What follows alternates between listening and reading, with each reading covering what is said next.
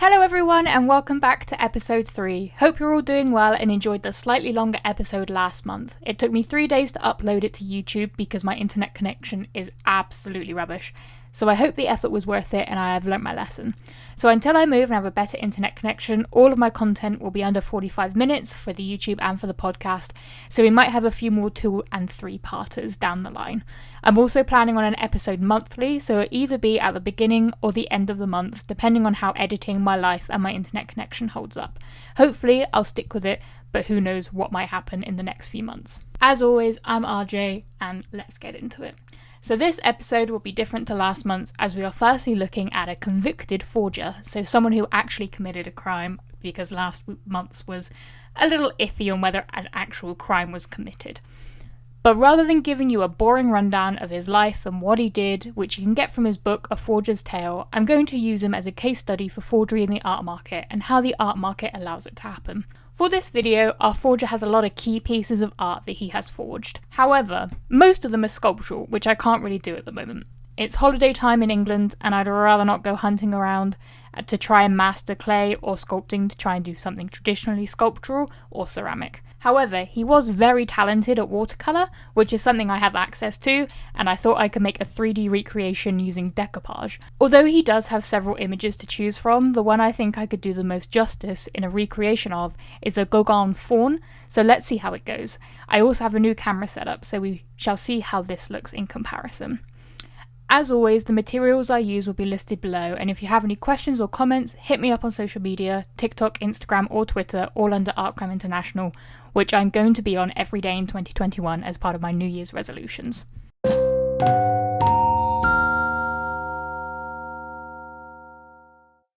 So our forger for this episode is Shaun Greenhalgh, a famous Bolton-based art forger who is infamous in the UK for tricking some of the biggest institutions in the UK, like the British Museum, some high-class auction houses and TV art dealers, with copies he made in his parents' shed.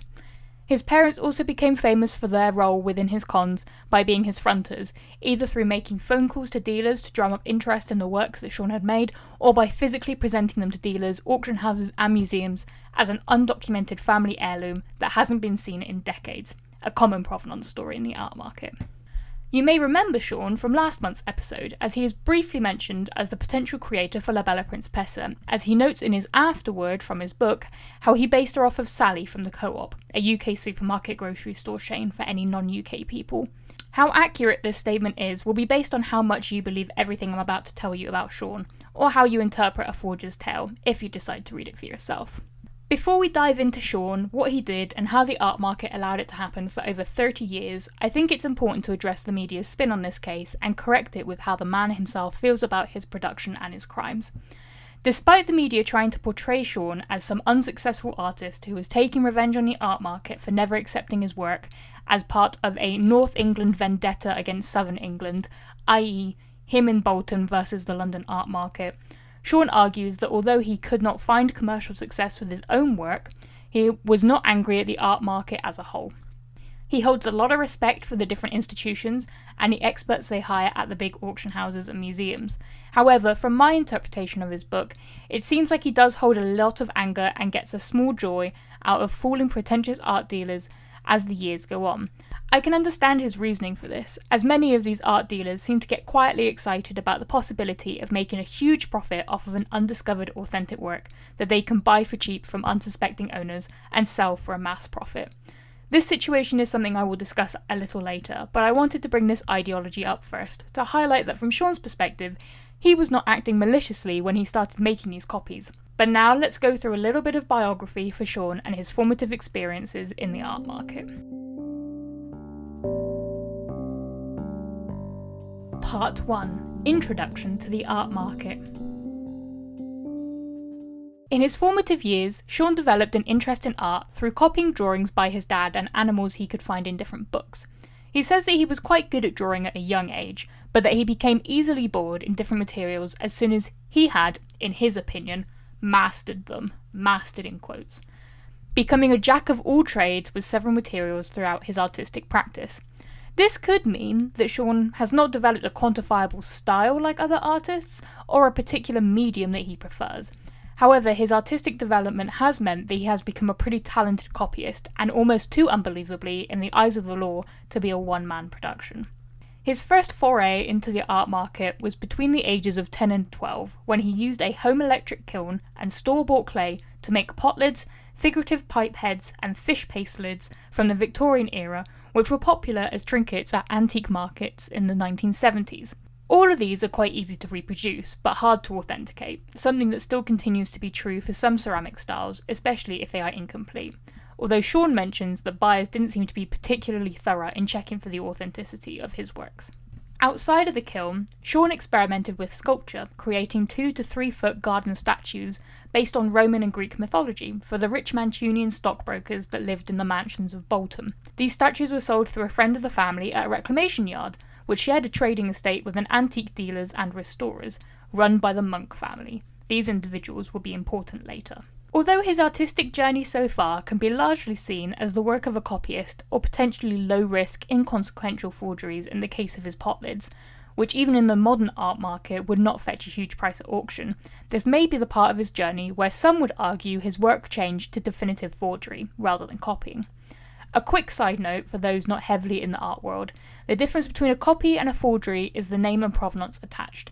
If you try to argue your work is real when it's not, that's breaking the law. But making a copy of someone else's work, which is a common teaching format for artists to practice their skills, or for insurance and display purposes, is not a crime as long as it is acknowledged as a copy, not the real thing. Claims of authenticity is the point of breaking the law, but this may be the turning point for Shaun. But that's for the law, the art market, or us to decide. The potential turning point for Shaun came in his copies of famous British watercolourists, especially Archibald Thorburn, who is well known for his animal and hunting scenes. He took several canvases to a Manchester-based dealer, signed by himself to try to sell the works as copies. However, according to Shaun, the dealer asked him to sign his name off to the very edge of the canvas, which Shaun obliged to, and sold each of these works for around £7. Later on, Shaun realised what the dealer was planning to do, reframe or cut his signature off and forge the signature of their original artist, as he found one of them in the collection of a very important West End art dealer, being sold as an original Thorburn with a fake provenance and annual game hunting show that he attended with his father and brothers. From Shaun's perspective, this incident makes him an unwitting and unknowing contributor to the fakes circulating in the art market at the hands of a greedy art dealer.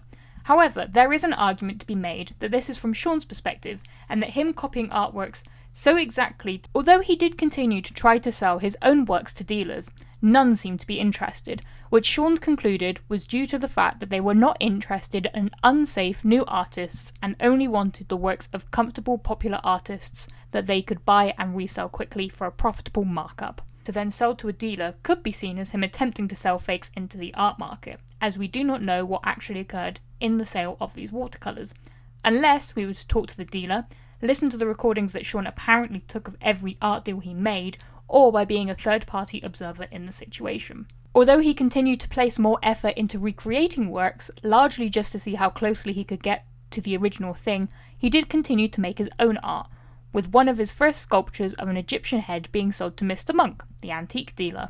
This meeting in sale with Mr. Monk started a relationship that permeates throughout his young adulthood, as a second source of income whilst he worked at the Co-op as a butcher, where he is supposed to have made La Bella Principessa, an attempt at making a Renaissance-style profile, not necessarily a Leonardo, which he sold to a dealer in Harrogate in 1978.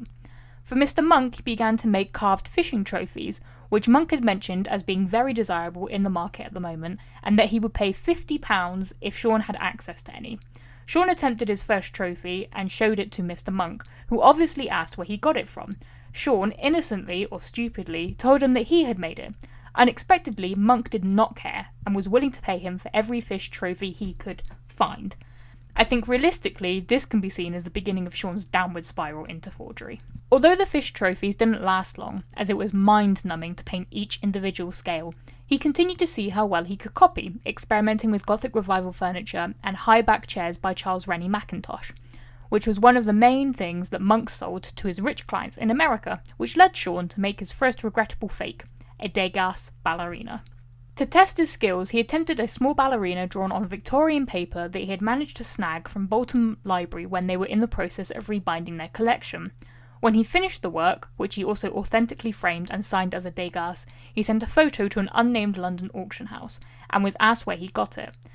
Unsurprisingly for his first attempt, he forgot to create a provenance. After creating one on the spot, the work was sent off to London and was sold at the auction as an original. This sale, for most fakers, would be wonderful and the start of a prolific career of faking. For Shaun, this felt regrettable, and he promised himself that he would never go back to faking. He would instead continue to make old-style copies of things. To cover up the sales money that from the Degas to his parents and friends, he worked longer hours at the Co-op and Monk's Antiques and went back to his life as a minor art copyist. At this point, the Monks began to trust Shaun within the business and introduced him to their Cotswold-partnered establishment, a mother and daughter team who focused on art restoration. After this meeting, Shaun's role in the art world goes quiet, as his focus in the book shifts to his relationship with a new girlfriend and starting to build a life with her. He quits his job at the Co-op and tries to find a more impressive and better paid job to try and impress her parents, and begins working as a wood carver for expensive estate constructions, carving intricate designs into wood panelling and staircases, as well as using his watercolour expertise to create the sales photo diagrams of the estates for his boss. This period of his life, at least from his book, seems like the happiest time in Shaun's life. Unfortunately, it was not to last, as his girlfriend was tragically diagnosed with an inoperable brain tumour and sadly passed away. Shaun moved back in with his parents, went through a period of grief, and destroyed all of his art supplies. This initiates the second stage of Shaun's artistic career as a member of the Monk's Antiques Company. Part 2. Dodgy dealings at Monk's Antiques. Shaun mentions in his book that his relationship with art seems to be cyclical. He is not a continuous creator, and he has destroyed the entirety of his workshop and all his artworks multiple times when he was extremely emotional, typically after a breakup. After grieving the loss of his girlfriend, Shaun put his energy into other activities that he enjoyed, fishing and falconry predominantly, and stepped away from art. But as always, art seemed to return to him. Whilst becoming his parents' carers after he moved back into the home, as both had retired and were needing a little more help, he began to help out once again at Monk's Antiques, this time with some painting restoration and framing services, and selling his own works across the northwest. This painting restoration led Shaun into a precarious position when one day Mr. Monk asked him to strip a few canvases of their paint, but not the cracks and other aging identifiers in the canvas. This is quite hard to do, so Shaun tried to ask some more clarifying questions, which Mr. Monk was rather vague about. Mr. Monk said that his clients wanted copies of some of his collection to be painted on these canvases, but that Shaun wasn't allowed to see the originals and could only be given colour pictures of what he needed to reproduce on the canvas. Shaun saw several issues with this. First, stripping the canvas of its paint would mean that paint would get into the cracks in the canvas, and that it would be extremely difficult to remove the paint using his current paint stripping knowledge and resources. Secondly, by not being able to see the original he was meant to copy, Shaun knew he would not be able to get an accurate idea of the artist's hand and painting method, and that this copy would not be as close as he would like it to be. Monk was unhelpful with his concerns and left Shaun to figure it out. Shaun realised that this situation might be a fake manufacturing business situation. This theory was furthered by later projects that he was given. Carol, the daughter of the mother-daughter team based at the Cotswolds partnered establishment, had training in art restoration and had access to information and lab reports about cutting-edge scientific art authentication research. This information would come in handy when Carol asked Shaun to recreate a Rembrandt oil painting on a copper sheet. This information would come in handy when Carol asked Shaun to create a Rembrandt oil painting on a copper sheet. As Carol was not particularly specific about what she wanted, Shaun created 3 early Rembrandt-style self-portraits in different moods and colour styles, which Carol then aged. All 3 of these works were then taken by Carol, who never paid Shaun for his work, and he has never seen them again. So whether these works were fakes sold as originals, or copies for someone's collection, or for Carol's own collection, is anybody's guess. Meanwhile, in his own work, Shaun had returned to 19th century English watercolourists and sold many of this style of work at art fairs, but all remained unnamed. He also began an enterprise making his own watercolour paper, which he used himself and tried to sell to others, which unfortunately ended early as he had issues getting the components needed to make it. After a while, Shaun started to see some of his works come back around again in the art market, being marketed as original Old Masters works with a fake provenance and signature that he did not attach or condone. From this, Shaun realised that many of the dealers he was selling to were not the highest dealers or connoisseurs, and began to reduce the quality of his works in some respects, something that was good rather than great in his opinion. As he became more involved in the monk's antiques trade, Mr. Monk trusted him more, bringing him on a trip to Ireland to buy materials and objects for their dealership. This Ireland trip for Shaun was an excuse to visit the National Museum of Ireland, as he was extremely interested in their Bronze Age collection. This inspired him to start experimenting in metalwork, making gold lunettes and cloak fasteners, which he never felt were as good as the originals, as they were too good for his ability. After the Ireland trip, Shaun was introduced to Monk's antique friend Tom, who had a warehouse in London where he dealt in middle-of-the-road antiques, according to Shaun's assessment anyway,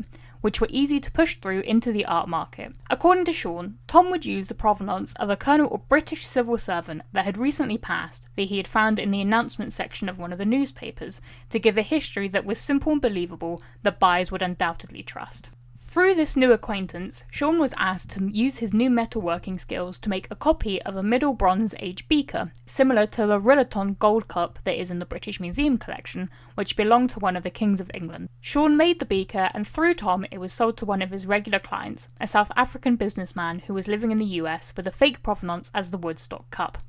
The second major use for his metalworking was to create a copy of a lost Saxon brooch, known as the St. Mary at Hill brooch. Shaun said that he made this brooch specifically for a buyer, and the next time he saw the work, it was surrounded by the supposed silver pennies it had been buried with during a battle or invasion, like in the provenance for the original brooch, which has since been lost and, with Shaun's help, rediscovered. Shaun, however, has no idea where this is now and if the art market realised it was fake. The incident that broke his relationship with Tom and the Monk's antique shop, however, was the work he did in a three-way venture which had been the whole reason for the trip to Ireland, a pair of elephant tusks. As trading new ivory is illegal in the West due to the fact that humans have killed off so many previously, and to try to stop the needless deaths of elephants and rhinos for their ivory tusks and horns, Mr. Monk had spotted in the catalogue of one of the Irish estates a pair of tusks that he thought they could transform into an African artwork. His idea was to get Shaun to carve these tusks into ceremonial ivories in the Benin 17th century court style.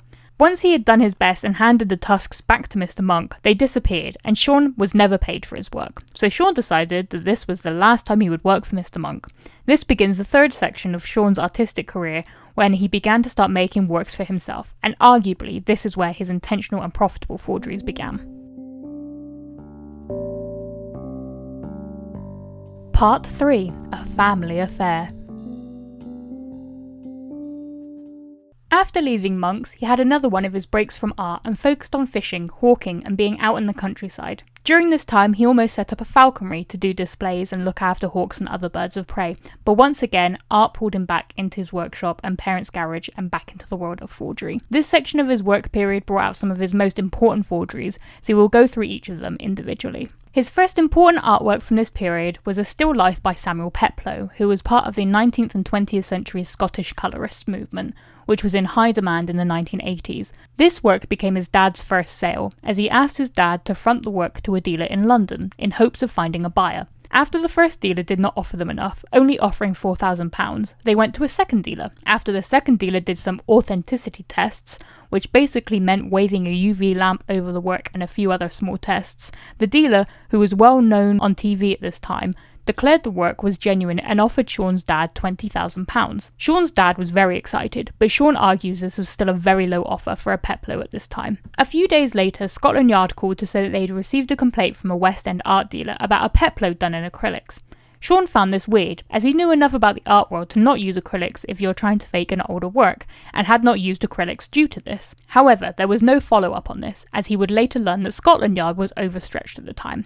A lucky escape for Shaun, or potentially the point that could have stopped him in his tracks. His second notable work for this period was an LS Lowry, which he had done a few times as decorative pieces in the style of the artist. Shaun had previously had issues with the Lowry sale, as the dealer had copied the work that Shaun had left with him for a closer study, with a badly done acrylic version of Shaun's work. To avoid any issues with the police, trying to get back his copy of the Lowry that this dealer clearly thought was so authentic he had to copy it and give Shaun back a fake one, rather than paying for it like a reasonable dealer, Shaun took the acrylic version and left, and noted to never return back to that dealer again. His second incident with the Lowry work, he had sold through his dad to a dealer for a few £100s.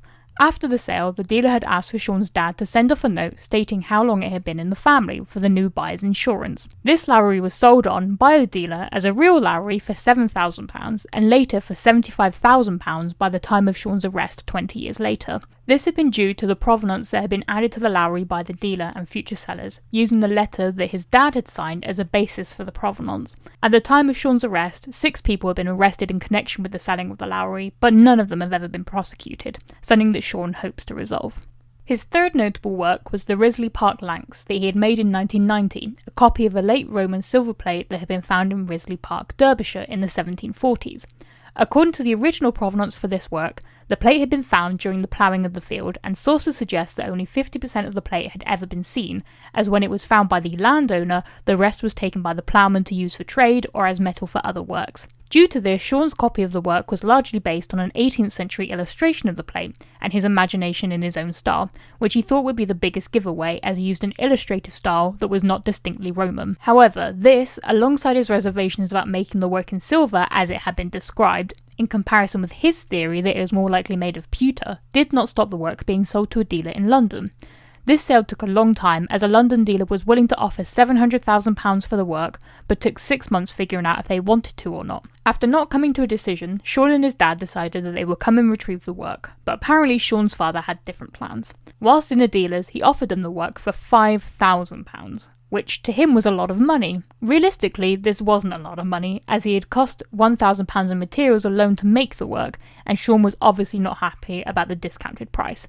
His dad, however, was excited about the sale and so proud that he kept hold of the receipt as a memento for his successful sale. This receipt turned out to be very valuable. When the police arrested Shaun and asked him about the work, which the dealers said they had bought for £50,000, which would have firstly put Shaun in more trouble, and secondly would have meant that they would have made a profit off of the insurance or compensation, which I presume would have been their end goal. Using the receipt as proof, Shaun managed to prove that the Risley Park Lanx, which had ended up in the British Museum collection, had only been bought for £5,000 and the dealers were trying to pull some type of stunt with the police. The Risley Park Lanx also caused a stir with the media and with the art and antiquities team, with multiple newspapers reporting that they believe Shaun had actually melted Roman silver coins to make the work, which Shaun argues is absolute nonsense, because firstly, he appreciates history and the Romans and wouldn't actively destroy works like that, and secondly, that it would have been too expensive to buy Roman silver coins to melt down for a different work. The fourth artwork from this period is the Gauguin faun that Shaun made in 1993, which Gauguin had purportedly made, as there is a thumbnail picture of it in one of his sketchbooks. Shaun made some conscious decisions about the work by making the statue of a faun on a domed base phallusless, to make it seem a bit off and as a tongue-in-cheek joke about it not being real and having no balls. Shaun emphasises that he really had to restrain himself, as pottery apparently was not Gauguin's forte. After finishing the work, Shaun sent a photo to a London auction house alongside some unprovable provenance, which Shaun argues should never have been taken as being authentic or solid proof of authenticity, and it was sold at a London auction in 1994. Before its sale, it had been sent to the Wildenstein Institute in Paris, Gauguin's authentication board, who had said that the work was real. With this verification, the work sold for £18,000, which Shaun was surprised by, as he was expecting at least 6 figures for the work. Years later, Shaun discovered that the work had ended up in a Chicago museum collection, which he found out from a BBC documentary hosted by Valdemar Januškas, the author of the introduction for his book. The fifth key artwork from this period was his last silversmith venture in 1997, entitled Corpus Christi. This artwork was a 3-inch silver gilt Christ in the 12th century English style, and had apparently been taken from the tomb of King John at Worcester Cathedral when it was opened in 1797 and had been lost for the past 200 years. Shaun had made the work in modern silver, which, unlike the 800-year-old original, had not had a chance to oxidize and was still soft and pliable in comparison to how it should have been. Shaun argues that it never should have been accepted due to the very simple provenance that he had put with it on a piece of vellum. At auction in 1998, the work only achieved £10,000, which Shaun was disappointed with. However, it was apparently bought by a member of the royal family, and that is why it had only sold for a low offer, as apparently you do not bid against the royal family, which sounds mighty suspicious to me, to be honest. His final work, and one of the works that he felt the most guilty about, was an alabaster sculpture of an Egyptian princess from the experimental art period, nicknamed the Amarna Princess, that he made in 1999. The sculpture depicted the torso of a woman, which experts believe to be the wife or daughter of a pharaoh in a diaphanous, pleated gown that was headless and limbless. He had used the catalogue collection from George Wyndham, the, in quotes, last Earl of Egremont, which he had found in a rare book dealer's collection. The catalogue had included 2 Egyptian mummies in the estate sales catalogue, which he felt would make it believable that this work was also in the collection with his other Egyptian sculptures. Once he had finished the work in the spring of 2000, he took it to the Stockport office of a London auctioneer. After not hearing anything for months, in the autumn they received a phone call from the dealer, eager to put the work in a December sale. A few days later, they phoned to say that they felt it was not from the Amarna period, but that they would give them £500 for the work as it was a nice 19th century decorative piece. Shaun decided to ask for its return, and the auctioneers continued to procure the work through negotiations, which eventually rose to £1,500, which they rejected and took the work back. In 2002, Shaun's dad suggested taking the work to Bolton Museum, which had a very impressive Egyptian collection, as Egyptian objects had started to see a resurgence at auction and were doing well. One of the Egyptologists from Bolton Museum arrived at the home to look at the work and took it out for further testing. A few days later, she brought it back and said that it was real and that the museum would like to put an application to buy the work from them, and told them to ask for £500,000. After the Amarna went through 18 months of testing in London and at the British Museum, which it surprisingly passed, it was sold to Bolton Museum largely through a V&A grant, as well as a few other smaller donations from other organisations. Shaun felt uncomfortable with the sale, as his intention of showing the work to the museum was not to sell it to them, but to use them as an expert attribution and evidence when they took the work to an auction house or dealer and sell it there. Due to his guilt, Shaun and his parents never spent any of this money, and returned it when the investigation occurred in 2006, which is where we have finally arrived in our 4th part, the downfall of Shaun and his one-man forgery ring. Part 4. Judgment Day.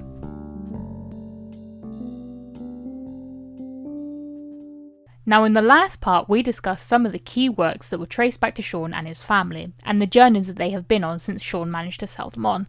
But let's take a closer look at the work that brought Shaun down, the Assyrian Relief. The Assyrian Relief was Shaun's main project for 2005, based off of similar panels that had been found in the 1950s excavation of the 7th century BC Palace of Ashurbanipal, now located in Iraq. The majority of these alabaster reliefs, which had been used to decorate the palace, had been distributed between major museums and the archaeologists on site, so this became a useful provenance gap for Shaun to exploit. Due to political issues and the war in Iraq in 2005, Shaun could not get a hold of the original alabaster that would have been used in the work, but used a similar alabaster instead. After practicing for a few weeks, he drew out and chiselled the relief design into the alabaster, depicting a winged deity figure, with script in the Assyrian style, which for authenticity he made sure to make a mistake in, as most draftsmen of this period would have been illiterate and would have been following the shapes of a scribe's writing, rather than understanding the writing on the relief. Once he had finished his work, he used an old trick that he had used before of a Victorian makeover, to make the provenance seem more realistic and potentially cover any issues with the quality of the work. As is common for many lower quality artefacts from the past, several have been treated to a Victorian makeover to become more decorative pieces for the collections of the middle class. In these makeovers, works would be coloured, stained, waxed or shellacked/varnished to look more interesting to Victorian collectors, so Shaun decided to add a tannin and iron stain and a coating of beeswax to reflect its potential provenance as being part of a Victorian collection. After finishing the work in July, he put the work aside and did not touch it again until October, when he sent pictures and a note off to the British Museum. In late November, he had a 15-minute meeting with a restorer, the keeper of the Middle East collection, and a few others at the British Museum over the work. In this meeting, they confirmed that the work looked like it had a Victorian makeover and that the work looked authentic. After the meeting and a brief tour around the Middle Eastern exhibit with the keeper, Shaun left the work with the British Museum for research and testing for 2 months. During this time, Shaun was contacted by an American valuer who was very interested in putting the work up for sale, and decided with Shaun that they should put the work on a £300,000 reserve. However, the keeper at the British Museum discovered that a US sale was being planned and convinced Shaun that the sale should happen in London, and that the American valuation was incredibly low, as it was worth at least 10 times that. On the advice of the keeper, Shaun cancelled the meeting with the American and went to a London-based auction house instead. Unknown to Shaun, apparently the keeper had his suspicions about the work being a fake, and had already phoned Scotland Yard, who were investigating Shaun and this possible fake artefact. According to the keeper, the reason he convinced Shaun to keep the sale of the work in the UK was to keep the work within Scotland Yard's jurisdiction. The only inkling that Shaun had that something was off was the auction house didn't seem particularly enthusiastic about the work, but he put it down to the possibility of a bad day at the auction house. However, Shaun realised that the gig was up when on the 15th of March in 2006, Scotland Yard's Art and Antiquities Squad arrived at his parents' home and spent the entire day searching the place, looking through the entire property for records and materials to evidence Shaun's forgeries. Although the police had found many unsold works, materials and documentation related to sales, in his first interview, Shaun told the police that he had no connection to any of it. This, although misguided, was not because he felt he could get away with it, but because he was angry at the disrespect that had been shown to his elderly parents by the police and the fact they wouldn't let him look after them whilst the police were searching the house. In his second big police interview in September, Shaun cooperated with the police and told them everything they wanted to know, once Shaun had convinced them that he was the only person creating the works. Due to his volume of work and breadth of material use, the police found it difficult to believe that this was the truth, and were convinced that Shaun was part of a larger forgery ring that were making and profiting off of all these forgeries. Most of his interviews were spent confirming each artwork that they had catalogued and had managed to trace back to Shaun in the 6 months period since the initial search. In March of 2007, Shaun and his parents were finally charged, but they were unsure with what charge. It took the Crown Prosecution Service a full day to figure out what charges to bring against them all, and they eventually decided on conspiracy to defraud. Shaun had no issues with this, aside from the fact that he was upset that his parents were also being charged, as their role within the entire situation was very minimal and only to help him, not concocting anything themselves. In April, Shaun and his parents went to Bury Court, surrounded by a media storm, to be sentenced for their guilty plea. His barrister warned them to expect 3 to 5 years in prison, which was sobering for Shaun, but not surprising. On the 16th of November 2007, his mum was sentenced to a 1-year suspended sentence, his dad was deferred pending medical reports, and Shaun was sentenced to 4 years and 8 months. It originally would have been 7 years, but the guilty plea takes off a third of the sentence.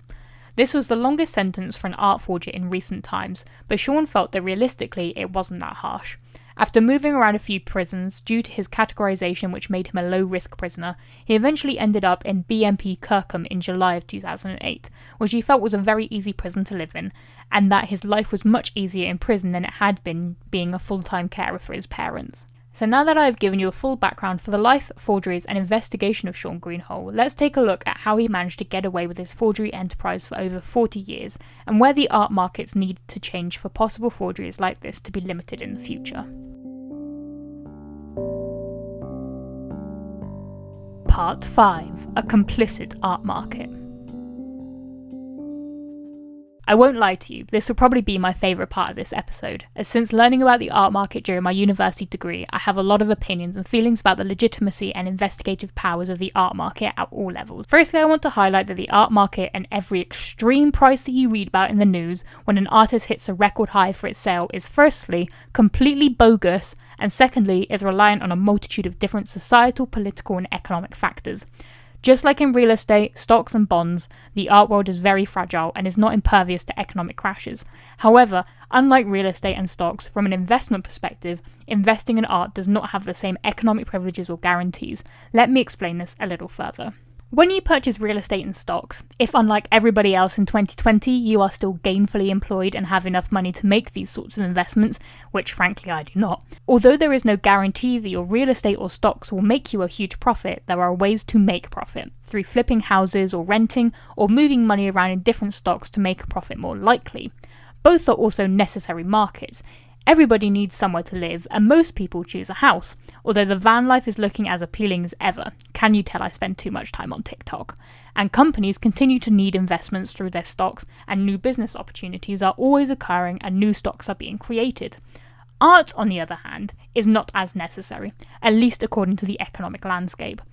Art is still seen, even in 2020, as an extravagant pastime and is seen as a commodity, in the same way as collecting expensive cars or toys, or even stamp collecting if you want to get real basic. Although this perspective is changing, as there are banks that are beginning to loan against artworks and financial advisors are starting to advise clients to invest a small part of their portfolio into art, and when we say small we mean like 5%, it is still not seen as a stable investment in comparison with real estate and stocks.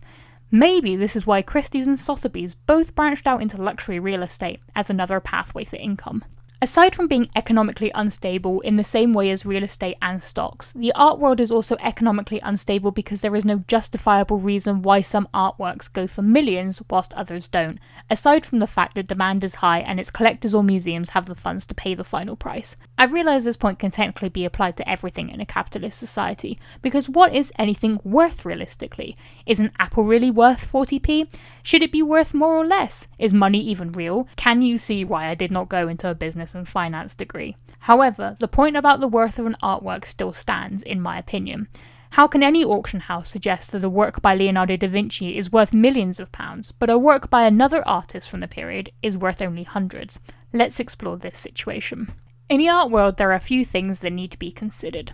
First is the standard of the work, second is the reputation of the artist, and thirdly is the publication of the work and the desire of the collectors. In the art world, the quality of the work is usually pretty key, which is why our forger Shaun was able to get away with certain works, as he either made works that were so well done they could fool a dealer, or managed to cover any possible errors with a convincing reason supplied by the provenance that auction houses and dealers encounter on the regular, i.e. a Victorian makeover. Alongside the quality, the name of the artist can also make or break the desire for a work. Obviously, most artists are recognised for a certain thing that they do. Monet has his water lilies, Leonardo has his portraits, Damien Hirst has his formaldehyde animals. Some artists, no matter the subject or quality of their work, will always be desired by the art market, as most new collectors, who may not be so experienced with the market, tend to go for well-known artists that they know others will want down the line, rather than solely following their own tastes. Typically, this will be artists that are fashionable and that even a novice would know, like Picasso and Monet, that can be used to impress family and friends around the dinner table. Although some of these artists will always do well in auction, as these artists are denoted as tastemakers in the industry, how well they do, which can be a huge difference of hundreds of thousands to tens of millions, depends largely on the market's desire for the artist and how well the work fits their desires or their aesthetics. If a work is the last thing they need to fulfill their collection of a particular artist, or a particular type of work that is very rare for that artist, money may not be an object to them. However, a work that doesn't fit the collector's ideal of what that artist does, for example an early Picasso before his Cubism phase, which he is arguably more known for, may not be as desirable as a Cubist Picasso, although it's still a Picasso. Now that I've given you a brief idea of why some works are worth more than others, let's see how forgery fits into this market and how it can succeed so easily. As we can see from Shaun's anecdotes of dealing with dealers, at the core of the market there is an issue with greed and intention. Although we would love to be able to live in a world where we could deal in art because we love art, the world is not so easy. Dealers have to make a profit, firstly to live, and secondly to gain a reputation in the art market as a knowledgeable dealer. However, integrity also clearly plays a role. Depending on how much you believe Shaun and all of his interactions with dealers, you can see that some dealers are ready to scam innocent people out of thousands for their own profit. This can be seen in the L.S. Lowry case study, where the dealer gave Shaun an acrylic copy of his L.S. Lowry copy and said it wasn't really worth anything. Although this is not true for all dealers, as many are very interested in the art world and want to help people discover the riches that they have in their attic. Otherwise, Antiques Roadshow wouldn't work as a TV programme. Even if only a small percentage of dealers are greedy schemers like this dealer, there is an easy way for fakes or copies to get into the art market and be sold on unknowingly as authentic works. Alongside this, before the late 20th century, provenance and connoisseurs were the only way to authenticate the works of artists. Science has helped in the modern era to rule out some fakes, but works that have ended up in the collections of museums and galleries before this point may have been able to pass a little easier, and may still unknowingly be in the collections of some museums, like the Gauguin Faun, the Risley Park Lanx, and several other works that Shaun has done. Let's break each section down and see where the weaknesses lie. The ideal of a connoisseur comes from the 19th and 20th century tradition of collecting. It basically means that you are an expert in something, whether that is wine, tea, or most commonly, art. When it comes to art connoisseurs, however, there is a huge reliance on the intuition and judgment of these individuals, but especially in the past, there was no way of proving that their intuition was accurate aside from being peer-reviewed. This situation, however, is problematic, as it can either become a circle jerk of rich, aristocratic, usually white men telling each other that the artworks that they have purchased or viewed is definitely an authentic work, or it can become a debate where the most respected connoisseur's opinion usually wins and is taken as gospel even if others disagree. A part of this can be seen in the La Belle Principesse case study from the previous episodes.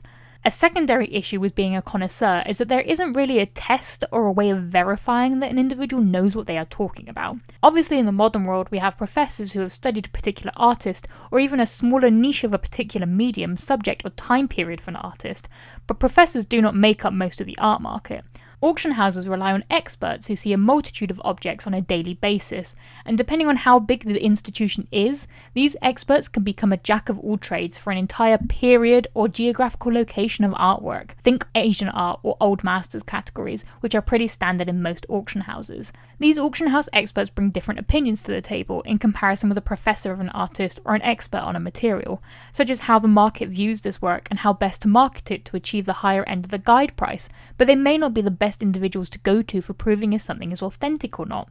This is only made worse when taken with the first point that if an expert for Christie's believes that the work is real, but an expert at a smaller auction house does not, which expert is more likely to be believed by the buyers and the sellers? And that's without acknowledging that experts can be bought for their opinions, if they are so inclined, and can knowingly and actively participate in passing forgeries into the art market for their own personal gain.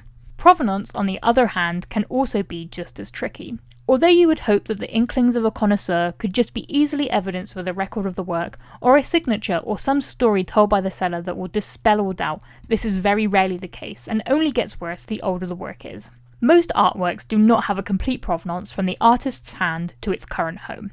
This can be due to a variety of factors.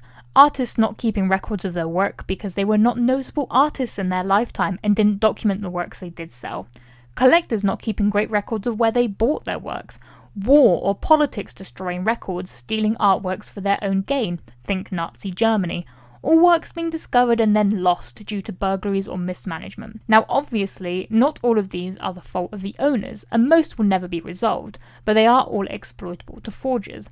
As we have seen from Shaun, many of the works that he picked were either lost to time, such as the Corpus Christi silver statue or the Risley Park Lanks, that were magically brought back, or works that have been documented but may not have ever been seen or made. Through these scraps of provenance, Shaun was able to give some evidence to dealers to help persuade them that the work was real. From Shaun's studies, we can see how little some dealers need to think that the work is real, and this clearly indicates what the art world is willing to accept as provenance. Now, with a barely there provenance and only the assertions of a self-proclaimed connoisseur, you would think that science in the 21st century would be able to resolve these issues. You'd be able to know exactly what year the work was from and would definitely be able to tell if something had been aged or made with the wrong materials. However, as we can see with Shaun's studies, he manages to navigate multiple tests from different institutions who apparently have world-class lab units attached to them. Although these labs are wonderful, I have no doubt, the interpretation of results is key, and who interprets and what they interpret can cause big issues.